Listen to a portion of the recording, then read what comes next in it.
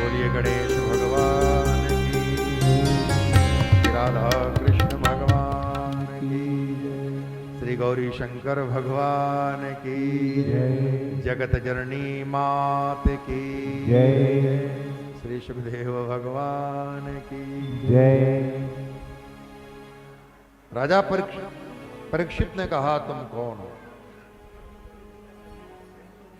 राजा वेशधारी शूद्र ने कहा, मैं कली पुरुष हूं। राजा परीक्षित ने कहा, तुम यहां क्यों आए हो? कली ने कहा, मेरा टर्न है। सतयुग जाता है तो त्रेता आता है, त्रेता जाता है तो द्वापर आता है, द्वापर जाता है तो मैं आता हूं, मेरा टर्न है। राजा परीक्षित ने कहा, भले ही तेरा टर्न हो, लेकिन तू रिटर्न हो जा।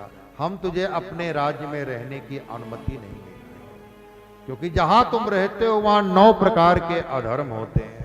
लोभो नृतम चौर्यमनार्यमंभो ज्येष्ठा च माया कलहस्य दंभ न वर्तितव्यम तदधर्म बंधो धर्मेण सत्येन च वर्तितव्ये।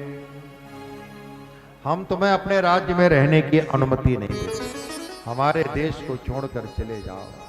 कलिपुरुष ने कहा, महाराज हम आपके आदेश का पालन नहीं कर सकते। राजा परीक्षित ने कहा, हम धर्म चक्रवर्ती सम्राट है, सारी प्रजा हमारे आदेश का पालन करती है, तुम्हें भी पालन करना होगा। कलिपुरुष ने कहा, महाराज आप चक्रवर्ती सम्राट हैं, इसलिए तो आपके आदेश का पालन नहीं कर सकते, क्योंकि जहां जाएंगे वहीं आपका आदेश होगा। इसलिए आपसे निवेदन है, आप हमें जो स्थान चिन्हित करेंगे उन्हीं स्थानों में रहेंगे। राजा परीक्षित सारंग एवं सारभुक की तरह कि भले ही कली में अनेक दोष हैं, लेकिन कली में एक सबसे बड़ा गुण है क्या? अन्य युगों में भगवान की प्राप्ति कठिनता से होती है, कलिकाल में भगवान की प्राप्ति केवल कथा श्रवण और हरिनाम संकीर्तन से होती है। कलो केशव कीर्तना। ठीक है, हम तुम्हें कुछ स्थान देते हैं, हे कलिपुरुष तुम उन्हीं स्थानों में रहना। द्यूतम पानम स्त्रिय सोना यत्र धर्मश्चतुर्विध। द्यूतालय, सुरालय, वैश्यालय, हिंसालय, इन 4 स्थानों में रहना।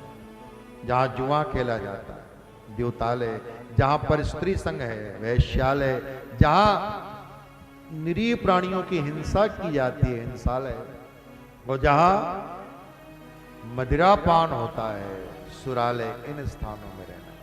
कलिपुरुष ने कहा, महाराज बहुत बहुत धन्यवाद, लेकिन एक स्थान तो ऐसा दीजिए जहां हम अपना बढ़िया ड्राइंग रूम बना सके। तो पुनश्च याचमानाय जात रूप मदद प्रभु। तो कली के द्वारा पुनः प्रार्थना करने पर राजा परीक्षित ने 5वां स्थान स्वर्ण कह दिया, सोने में वास करो। हाँ महाराज, सोने में कली का वास है। तो क्या हम लोग जो सोना वोना पहने हैं उतार फेंके? नहीं नहीं, उतारो नहीं, उतारने की जरूरत नहीं है, और हमारे कहने से उतारने वाले भी नहीं हैं। पर किस सोने में कली का वास है? जिस सोने में हमारे परिश्रम के हस्ताक्षर नहीं है, मेहनत की मोहर नहीं है, उस सोने में कली का वास। अपने परिश्रम से कमाए धन से आप स्वर्ण लेकर के आए और फिर ला करके भगवान को अर्पित करें, अर्चित करें, अर्पित अर्चित स्वर्ण फिर धारण करें, तो भगवान का प्रसाद होगा। तुम ही निवेदित भोजन करही प्रभु प्रसाद पट भूषण। तो इस प्रकार जो अनीति से कमाया स्वर्ण है उसमें कली का वास। इन 5 स्थानों में कली रहने लगा। भागवतकार कहते हैं, जिन्हें अपने कल्याण की इच्छा वो भूल करके इन स्थानों में कदम न रखे। इन 5 स्थानों में कली का वास है। एक बार की बात है, राजा परीक्षित अपने बाप दादा के जमाने का पुराना खजाना खोल करके बैठे, हीरे जवाहरात मोती माणिक्य देखते देखते उनकी दृष्टि पड़ी एक स्वर्ण जटित मुकुट पर। देखा, अच्छा लगा, मस्तक वाले मुकुट को उतार, हाथ वाले मुकुट को मस्तक पर धारण किया। उस मुकुट में कली का वास। वो मुकुट जरासंध के खजाने से आया था। जरासंध बड़ा दुष्ट राजा था, अनीति पूर्वक राजाओं के राज्यों को लूट लेता था, धन संपदा लूट लेता था और अपने खजाने में रख लेता था। जब भगवान श्री कृष्ण ने भीमसेन के द्वारा जरासंध को मराया था, तो जरासंध के पुत्र ने भगवान श्री कृष्ण को, पांडवों को उपहार स्वरूप कुछ ये स्वर्ण आदि दिए थे। तो वह मुकुट इस तरह से पांडवों के खजाने में आ गया था। आज तक किसी ने उसको पहनने की भूल नहीं की, लेकिन देवशाल आज राजा परीक्षित ने उस मुकुट को धारण कर लिया। उस मुकुट में कली का वास, मतलब राजा परीक्षित के माथे पर कली, मतलब राजा परीक्षित के विचार कली से प्रभावित हो गए। अब कली तो अपने घर की ओर ले जाएगा, हिंसा ले। राजा परीक्षित को हिंसा करने की सूझी, शिकार करने का मन हुआ और राजा परीक्षित रथ में आरूढ़ होकर के वन में आते हैं और निरीह पशुओं का शिकार कर रहे हैं, हिंसा कर रहे हैं। मध्याह्न का समय हुआ, भूख लगी, प्यास लगी। पास में शमीक मुनि का आश्रम है। शमीक मुनि के आश्रम में रथ समेत, घोड़े समेत, राज चिन्हों को धारण किए हुए, अस्त्र शस्त्र सज्जित शमीक मुनि के आश्रम में प्रवेश कर गए। इसके पहले जब किसी संत के आश्रम में जाते थे तो संत के गुरु के द्वार पर ही रथ रोकते थे, अपने राज चिन्हों को उतार करके रथ में रखते थे और फिर नंगे पांव अकिंचन की तरह संतों के आश्रम में जाते थे। लेकिन आज कली ने चूक कराया, पूरे राजसी ठाट बाट से शमीक मुनि के आश्रम में प्रवेश कर गए। शमीक मुनि ध्यान में बैठे, उन्हें पता नहीं लगा कौन आया। राजा परीक्षित ने सोचा ये ऋषि समाधि का, ध्यान का दिखावा कर रहे हैं, मेरा स्वागत करना पड़ेगा, इसलिए आंख मूंद करके बैठे हैं, ढोंग कर रहे हैं, मैं राजा हूं। और कहते हैं एक सर्प जा रहा था, उसे मारा और बाण की नोक से उठा करके शमीक मुनि के गले में पहरा दिया। और यह कृत्य करके राजा परीक्षित हस्तिनापुर लौट आए। यह दृश्य देखा, किसी ने जाकर के सुनाया शमीक मुनि के पुत्र श्रृंगी को, जो कौशिकी नदी में स्नान कर रहा था। श्रृंगी, तुम यहाँ स्नान कर रहे हो और वहां आश्रम में तुम्हारे पिता के गले में किसी ने मृत सर्प पहनाया है। श्रृंगी ने कहा हमारे पिता, मेरे पिता तो समाधि में, ध्यान में। किसने यह कृत्य किया? बताने वाले ने कहा कोई राजा।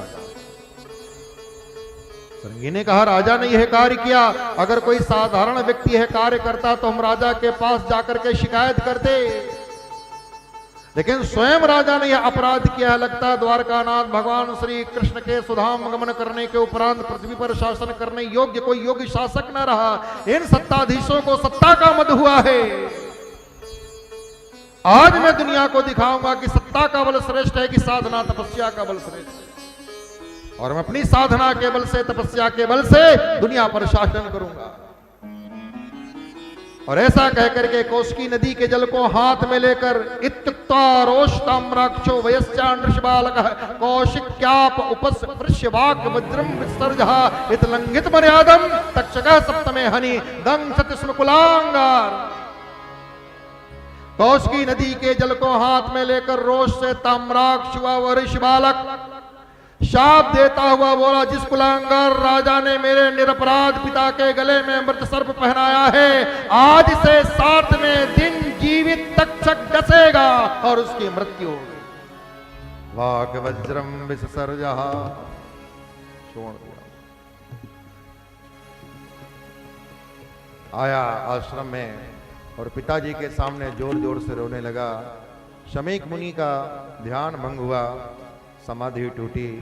आंख खोल करके देखा तो सामने पुत्र अब समाधि से जागे हैं, ध्यान से उठे हैं, तो आंखों में शांति बरस रही है, करुणा बरस रही है, क्योंकि भीतर से जो अपना शांत स्वरूप है वहां से लौटे।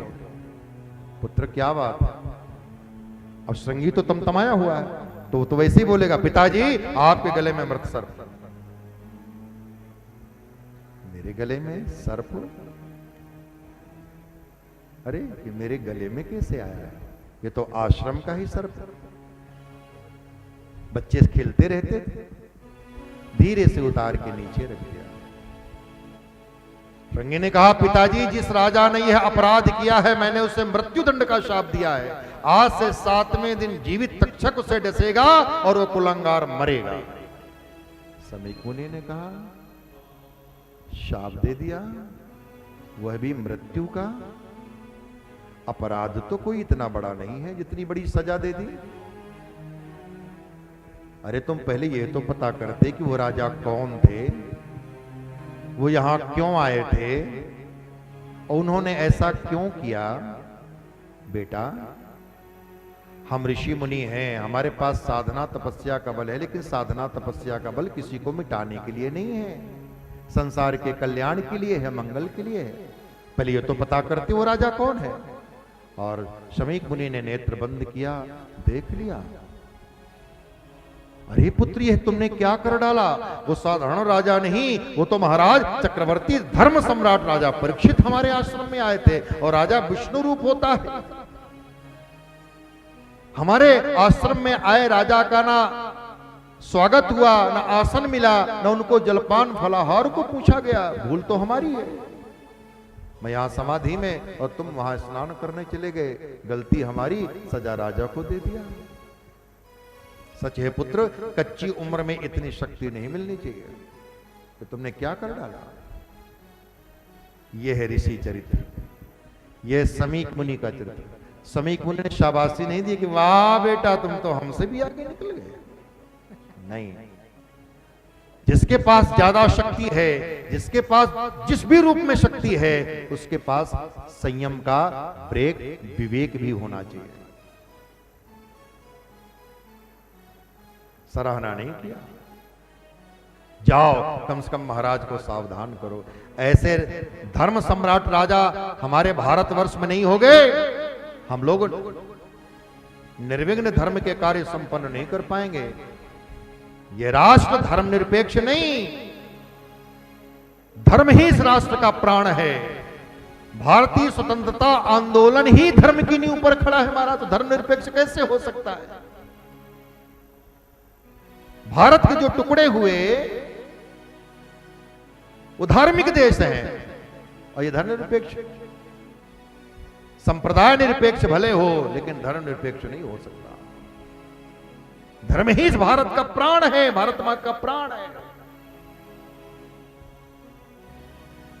बोलिए भक्तवत्सल भगवान की जय। जाओ कम से कम महाराज परीक्षित को सावधान तो करो। तो आश्रम से 2 शिष्य भेजे गए हैं। यहां महाराज परीक्षित अपने महल में आए, जैसे ही मुकुट उतार करके रखा तो अपने किए हुए का स्मरण हो आया। राजा परीक्षित कांप उठे, मैंने ये क्या कर डाला, मैंने अपने कुल को कलंकित कर दिया। जिन हाथों ने सदा ऋषि मुनियों के गले में फूल की मालाएं पहनाई हैं, आज उन्हीं हाथों ने एक ऋषि गले में मृत सर्प पहनाया। हे परमपिता परमेश्वर, मैं आपसे केवल क्षमा नहीं मांगता, मुझे दंड मिलना चाहिए। साधारण व्यक्ति अपराध करता तो मैं दंड देता, लेकिन मैं सम्राट होकर के अपराध किया हूं, इसलिए केवल क्षमा नहीं, मुझे दंड दीजिए। कि राजा का चरित्र नहीं, भला कौन उन्हें दंडित कर सकता है। चक्रवर्ती सम्राट अपने भूल को छिपाया नहीं, भूल को प्रकट किया और भगवान से सजा मांगी। तब महाराज को समाचार दिया गया, आश्रम से 2 शिष्य आए। आदर पूर्वक उन शिष्यों को महाराज के सामने उपस्थित किया गया है। शिष्यों ने कहा, महाराज आपके उस कृत्य के चलते ऋषि पुत्र ने आपको मृत्यु दंड का शाप दिया है। आज से 7वें दिन तक्षक के दंश से आपकी मृत्यु। सुनते ही राजा परीक्षित की आंखों में आंसू आ गए। भगवान को कोटि कोटि धन्यवाद दिया और ऋषियों से कहा, मेरी तरफ से ऋषिपुत्र के चरणों में प्रणाम करके कहना कि ऋषिपुत्र ने मुझे शाप नहीं दिया है, ये तो वरदान दिया है। आने वाली मौत के पहले जो कोई बता दे, सावधान कर दे, तो उसके प्रति तो हमें कृतज्ञ होना चाहिए। मरना तो एक न एक दिन है ही, लेकिन आज मैं छाती ठोक कर कह सकता हूं कि 7 दिन तक मेरा कोई बाल बांका भी नहीं कर सकता। इसमें किसकी कृपा है? उन्हीं ऋषि पुत्र की है। अगले को तो एक क्षण का भरोसा नहीं, कब चल देना पड़े, लेकिन मैं 7 दिन धरती पे हूं। कृतज्ञता ज्ञापित की है। लेकिन राजा परीक्षित ने तत्क्षण राज सत्ता का परित्याग किया है, जन्मेजय को सत्ता का हस्तांतरण किया है और आए हैं सुरसरी के किनारे, गंगा के किनारे। गंगा जी में गोता लगाया है, गंगा मैया के तट पर जाकर बैठ गया। हे मां, अब मैं तुम्हारी शरण में, गंगा मैया की शरण में आए हैं। बड़े बड़े महात्माओं को, संतों को समाचार मिला है, अपने धर्म चक्रवर्ती सम्राट को शाप लगा है, 7वें दिन तक्षक के दंश से मृत्यु होने वाली। बड़े बड़े महात्मा, बड़े बड़े संत, बड़े बड़े ऋषि, बड़े बड़े यति महाराज परीक्षित के पास आए हैं। राजन, ये क्या हुआ तुम्हारे साथ? राजा परीक्षित ने कहा, ये भगवान की बड़ी कृपा हुई है, ऋषिपुत्र की बड़ी कृपा हुई है, शाप नहीं वरदान है। जिस शाप के चलते इतने बड़े बड़े महात्मा एक साथ मिलकर गंगा के किनारे मुझे दर्शन देने आए हो, उसे शाप कहूं कि वरदान कहूं? कि पुण्य पुंज बिन मिल ही नहीं संता, बिना पुण्य के संतों का दर्शन नहीं होता। एक साथ इतने संत आए हैं तो मैं इसे शाप नहीं कहूंगा, इसे तो अपने पुण्यों का प्रताप कहूंगा, वरदान कहूंगा। बस इतना ही पूछता हूं, मरणासन्न प्राणी का कर्तव्य क्या है? जिसकी मृत्यु निकट है उसका कर्तव्य क्या है? समय बीत रहा था और उसी समय अचानक तत्राभवत् भगवान व्यासपुत्रो यद्रक्षया गां मटमानो नपेक्ष अलक्ष्यलिंगो निजलाभतुष्टो वृतस्य बालैः अवधूत वेश तत्राभवत् भगवान व्यासपुत्रो। भगवान सुखदेव प्रकट हुए।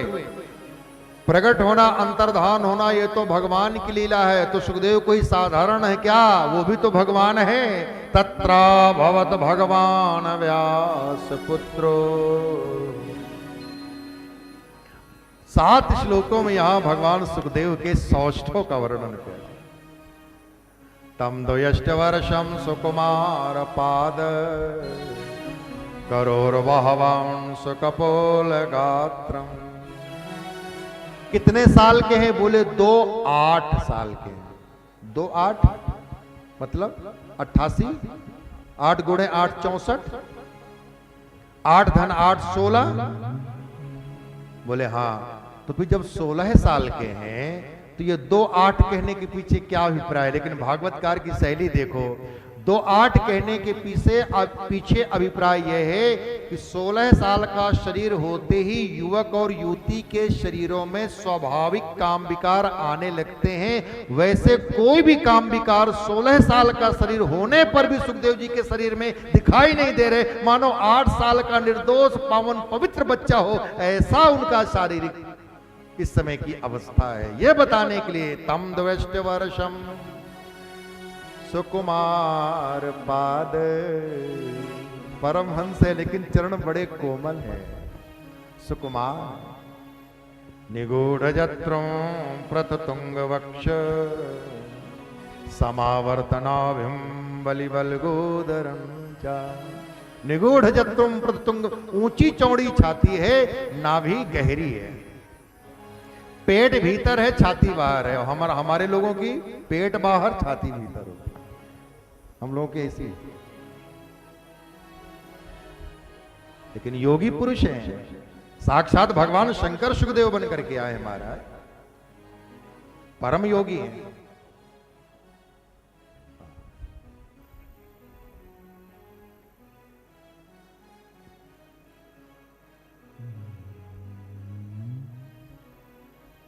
अब इन्हें कोई पहचानता तो था नहीं, क्योंकि वन वन में विचरण करते हैं, जंगल जंगल में विचरण करते हैं।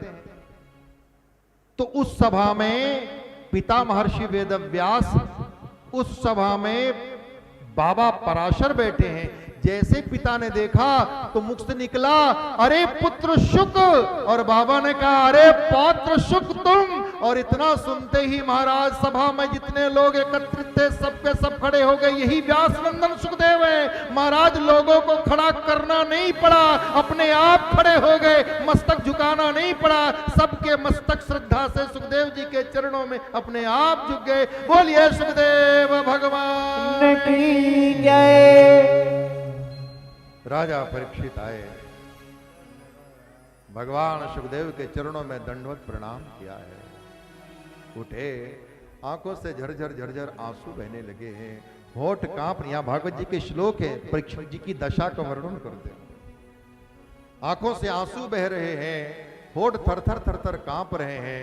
राजा परीक्षित ने अपना हाथ फैलाया, गुरुदेव भव समुद्र में डूबने जा रहा हूं, 7 दिन का मेहमान हूं, क्या मेरा हाथ थामेंगे, मुझे भव समुद्र से डूबने से बचाएंगे।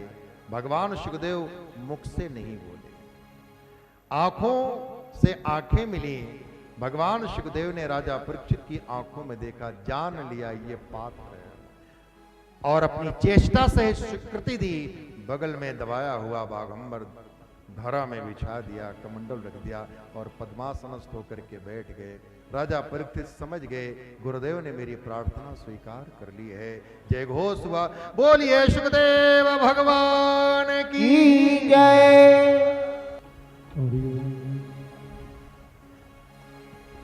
लिखन वालिए तू हो के दयाल, लिख दे मेरे दिल विच गुरु दा प्यार, लिख दे।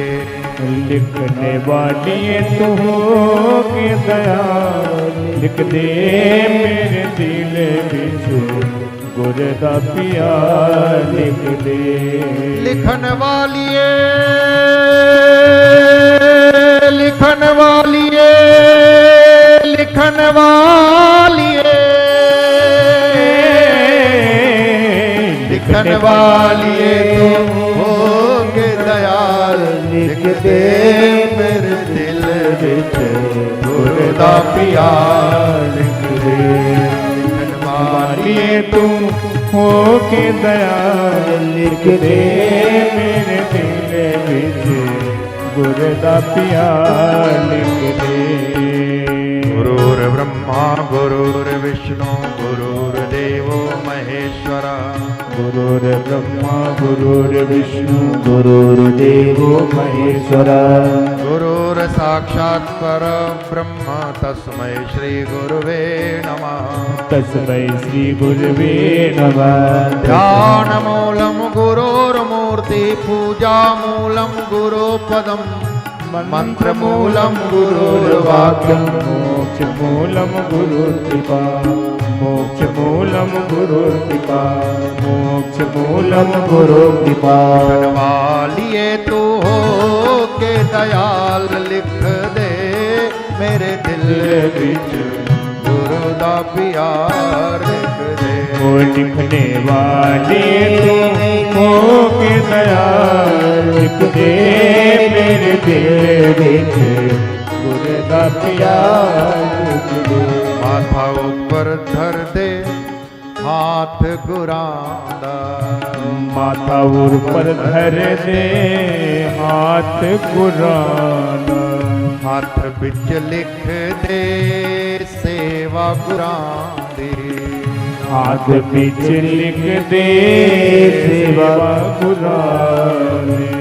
दिल विच दिल वरदा प्यार, लिख दे मेरे दिल विच गुरु दा प्यार, लिख दे। वो लिखने वाले तू हो के दयाल, लिख दे मेरे दिल विच गुरु दा प्यार, लिख दे।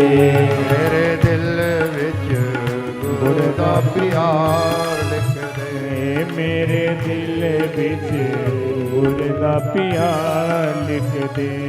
मेरे दिल विच गुरु दा प्यार, लिख दे। गुरु दा प्यार, लिख दे। गुरु दा प्यार, लिख दे।